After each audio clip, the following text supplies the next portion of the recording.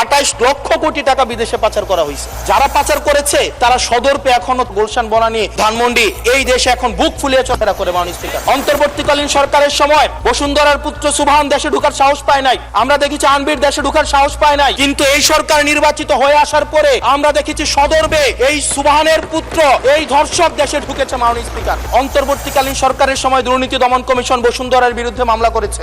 এই মামলার কি অগ্রগতি হয়েছে সেটা আমরা জানতে চাই। আমরা জানতে চাই আন্ডার টেবিল কোনো ধরনের সমঝোতা হয়েছে কিনা। যদি সমঝোতা না হয়ে থাকে তাহলে তাদের বিরুদ্ধে আইনগত ব্যবস্থা নিতে বাধাটা কোথায় সেটা বাংলাদেশের মানুষের সামনে প্রকাশ করতে হবে। অন্তর্বর্তীকালীন সরকার এই বসুন্ধরা গ্রুপ যারা বিদেশে টাকা পাচার করেছে, মানুষের সম্পদ দখল করেছে এবং মিডিয়ার মধ্য দিয়ে আওয়ামী লীগের গুণ খুম হত্যাকে যারা বৈধতা দিয়েছে তাদের খুঁটির জোর কোথায় সেটা আমরা জানতে চাই। কিন্তু আমাদের দলেই কিছু কিছু মানুষ বসুন্ধরার অ্যাডভাইজর হিসেবে কাজ করে, তাদের মিডিয়ার অ্যাডভাইজর হিসেবে কাজ করে। মাননীয় স্পিকার, যেই মিডিয়া মাননীয় প্রধানমন্ত্রী তারেক রহমানকে দেশদ্রোহী হিসাবে ফ্রেমিং করেছে, সেই মিডিয়ার অ্যাডভাইজর হিসেবে আজকে বসুন্ধরা গ্রুপে আজকে এই সংসদ সরকার দলীয় সংসদ সদস্যদের অনেকেই তারা সেখানে যুক্ত। মাননীয় স্পিকার, 28 লক্ষ কোটি টাকা বিদেশে পাচার করা হয়েছে। যারা পাচার করেছে তারা সদর্পে এখনো গুলশান বনানী ধানমন্ডি এই দেশে এখন বুক ফুলিয়ে চলাফেরা করে। মাননীয় স্পিকার, 28 লক্ষ কোটি, 28-এর পরে কয়টা সংখ্যা হয় আমি আর্টস ইংলিশ ডিপার্টমেন্টের ছাত্র, আর্টস ব্যাকগ্রাউন্ডে পড়াশোনা করছি, আমার মাথায় আসে না 28-এর পরে কয়টা সংখ্যা হয়। না, 28-এর পরে 9টা না, এটাও হয় নাই। 28-এর পরে এই যে আমাদের একটি সান্ধ্যকালীন সংসদ চলছে, প্রাচীন ভারতের একটা প্রবাদ আছে, একজন বলেছিলেন ঋণং কৃতা ঘৃতং পিবেত যাবৎ জীবন সুখেং কিবত, অর্থাৎ ঋণ করে প্রয়োজনে ঘি খাও তাইলেও সুখে থাকো। ঋণ করো, ঘি খাও, পরের ধরে পুদ্দারি করো, ঋণ করে ঘি খেয়ে জমিদারি করো, তাও ঋণ করো। আমার কাছে মনে হচ্ছে মাননীয় স্পিকার এই প্রবাদটিকে সরকারি দলের কিছু সদস্য খুব সিরিয়াসলি নিয়েছেন, নিয়ে এটাকে ওনারা এভাবে নিয়েছে, ঋণ করো, ঋণ খেলাপি হও, তাও নির্বাচন অংশগ্রহণ করো।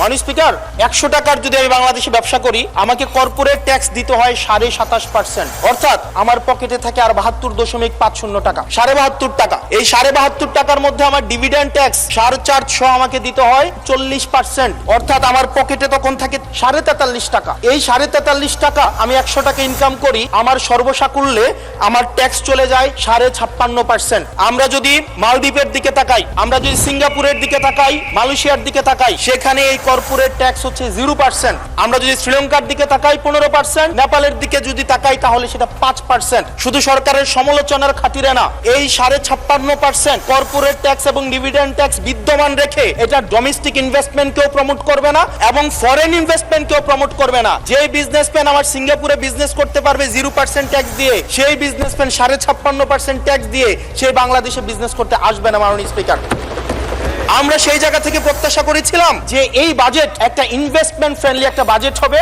এবং কর্পোরেট ট্যাক্সের একটা সহনশীল মাত্রায় কর্পোরেট ট্যাক্সকে রিডিউস করা হবে। হতাশ হয়েছে মাননীয় স্পিকার। আমাদের একটা অর্থ বছরে 1,40,000 কোটি টাকার একটা নির্ভরশীল অর্থনীতি বিদ্যমান রেখে আমরা কিভাবে মূল্যস্ফীতিকে, আমরা সরকার দল থেকে কমিটমেন্ট পেয়েছিলাম নির্বাচনের আগে আগামী 5 বছরে 1 কোটির উপরে কর্মসংস্থান নিশ্চিত করা হবে। 1 কোটি কর্মসংস্থান, প্রত্যেক মাসে আপনার 1.5 লক্ষ কর্মসংস্থানেরও বেশি। তার মানে এই 4 মাসে সেই হিসাবে কর্মসংস্থান বৃদ্ধি পাওয়ার কথা 6 লাখ। এই 4 মাসে আপনাদের কাছে প্রশ্ন, মাননীয় অর্থমন্ত্রী, এই 4 মাসে কয়টি কর্মসংস্থান নিশ্চিত হয়েছে? আদৌ কি 6 লাখ কর্মসংস্থান নিশ্চিত হয়েছে? যদি হয়ে থাকে সেই কর্মসংস্থানগুলো কোথায়? সেই চাকরিগুলো কোথায়? যারা শিক্ষিত হয়ে সার্টিফিকেট হাতে নিয়ে চাকরির জন্য দুয়ারে দুয়ারে যাচ্ছে, ক্ষুদ্র ঋণের জন্য দুয়ারে দুয়ারে যাচ্ছে, আসলেই কি আমরা এই 6 লাখ কর্মসংস্থান আমরা সৃষ্টি করতে পেরেছি কিনা, নাকি নির্বাচনের আগে সেটি শুধুমাত্র প্রতিশ্রুতির মধ্যেই সীমাবদ্ধ থাকবে? এই বিষয়টি আমাদের স্পষ্ট হতে হবে। প্রাচীন একটি ভারতের একটা প্রবাদ আছে, এই যে আমাদের একটি সান্ধ্যকালীন সংসদ চলছে, আমাদের মধ্যে একটি আলস্য ঝেঁকে বসেছে, এরকম একটা বিশ্রামের সময়ে প্রাচীন ভারতের একটা প্রবাদ আছে। সেই প্রবাদে একজন বলেছিলেন যে ঋণং কৃতা ঘৃতং পিবেত যাবৎ জীবন সুখেং কিবত, অর্থাৎ ঋণ করে প্রয়োজনে ঘি খাও তাইলেও সুখে থাকো। ঋণ করো, ঘি খাও, পরের ধরে পুদ্দারি করো, ঋণ করে ঘি খেয়ে জমিদারি করো, তাও ঋণ করো। আমার কাছে মনে হচ্ছে মাননীয় স্পিকার এই প্রবাদটিকে সরকারি দলের কিছু সদস্য খুব সিরিয়াসলি নিয়েছেন, নিয়ে ঘি খাও তাও সুখে থাকো এটাকে ওনারা এভাবে নিয়েছেন, ঋণ করো, ঋণ খেলাপি হও, তাও নির্বাচন অংশগ্রহণ করো। মাননীয় অর্থমন্ত্রীর কাছ থেকে আমরা কোনো স্পষ্ট কর্মসূচি আমরা পাই নাই। কিভাবে ব্যাংকগুলোকে যেভাবে দলীয়করণ করা হয়েছে, ব্যাংকের টাকা ঋণের নামে যেভাবে বিদেশে পাচার করা হয়েছে, সেই পাচারকৃত টাকাকে কিভাবে উদ্ধার করা হবে সেটার কিন্তু সুস্পষ্ট আমরা কোনো পলিসি পাই না। মাননীয় স্পিকার, জনগণের টাকা নিয়ে এই বিলাসিতা বন্ধ করতে হবে এবং ঋণ খেলাপিদেরকে ঋণ খেলাপি বলতে হবে।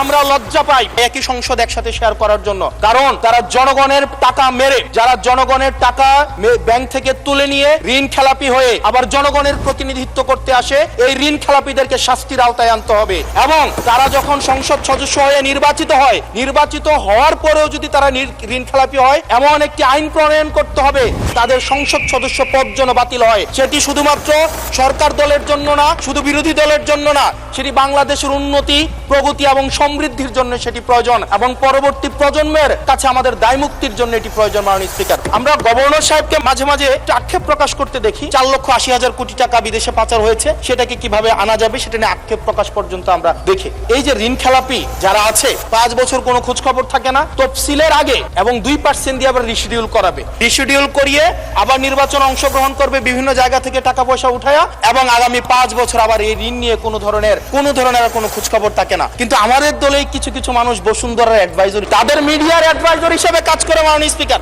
যেই মিডিয়া তারেক রহমানকে দেশদ্রোহী হিসাবে ফ্রেমিং করেছে, সেই মিডিয়ার অ্যাডভাইজর হিসেবে আজকে সরকার দলীয় সংসদ সদস্যদের অনেকেই তারা সেখানে যুক্ত। মাননীয় স্পিকার, এই বসুন্ধরার বিরুদ্ধে যারা কথা বলে তাদের বিরুদ্ধে মিডিয়া লেলিয়ে দেওয়া হয়। মাননীয় স্পিকার, আমরা যারা ঋণ খেলাপি, যারা ব্যাংকগুলোকে দখল করেছে, যারা গুম খুনের বৈধতা উৎপাদন করেছে, তাদের বিরুদ্ধে আমরা অন্তত বিএনপি থেকে স্ট্রিক্ট আমরা অ্যাকশন দেখতে চাই। মাননীয় স্পিকার, মাননীয় প্রধানমন্ত্রী প্রতিশোধ পরায়ণ হন নাই, আমরা সেটাকে ওয়েলকাম জানাই। প্রতিশোধ পরায়ণ না হওয়া আর সুবিচার নিশ্চিত না করা দুইটা এক না। মাননীয় স্পিকার, আমরা ওয়েলকাম করি উনি প্রতিশোধ পরায়ণ হন নাই, ব্যক্তিগত রাগ ক্ষোভের ঊর্ধ্বে উনি উঠতে পেরেছেন, কিন্তু আমরা এটা ওনার কাছ থেকে শুনতে চাই গুম খুনের হত্যার উনি সুবিচার নিশ্চিত করবেন। এবং এতদিন ধরে যারা মিডিয়াকে, যারা নিয়ন্ত্রিত মিডিয়ার মাধ্যমে এই ফেসিবাদের পক্ষে যারা বয়ান উৎপাদন করেছেন, তাদের বিরুদ্ধে উনি সুবিচার নিশ্চিত করবেন। মাননীয় স্পিকার, আমরা আবার রাজনৈতিক প্রতিহিংসার শুরু হচ্ছে। মাননীয় স্পিকার, সরকার দলীয় একজন প্রতিমন্ত্রীর বিরুদ্ধে কথা বলায় মিডিয়ার একজন সম্পাদকের বিরুদ্ধে মামলা করা হয়েছে। মাননীয় স্পিকার, এটা খুবই দুঃখজনক। ওনাকে জেলে নেওয়া হয়েছে একজন প্রতিমন্ত্রীর বিরুদ্ধে কথা বলায়। এবং মাননীয় স্পিকার, আমি আপনার প্রোটেকশন দাবি করছি, কারণ আমরাও বলতে ভয় পাই, কারণ আমরা যদি সরকারের সমালোচনা করি, কোন প্রতিমন্ত্রীর বিরুদ্ধে কথা বলি, মন্ত্রীর বিরুদ্ধে কথা বলি, আমার এলাকার বাজেট দিয়ে বন্ধ করে দিবে না সেটার কিন্তু নিশ্চয়তা নাই। আমাদের মধ্যে অনেকেই কথা বলার সময় আওয়াজটা একটু কম করে বলে, আমার জন্য আমার এলাকার মানুষকে যেন বঞ্চিত করা না হয়। আমি এই সংসদে অনুমতি নিয়ে কখনো বিরোধিতা হয় না, কখনো অনুমতি নিয়ে আমি আপনার বিরোধিতা করতে চাই।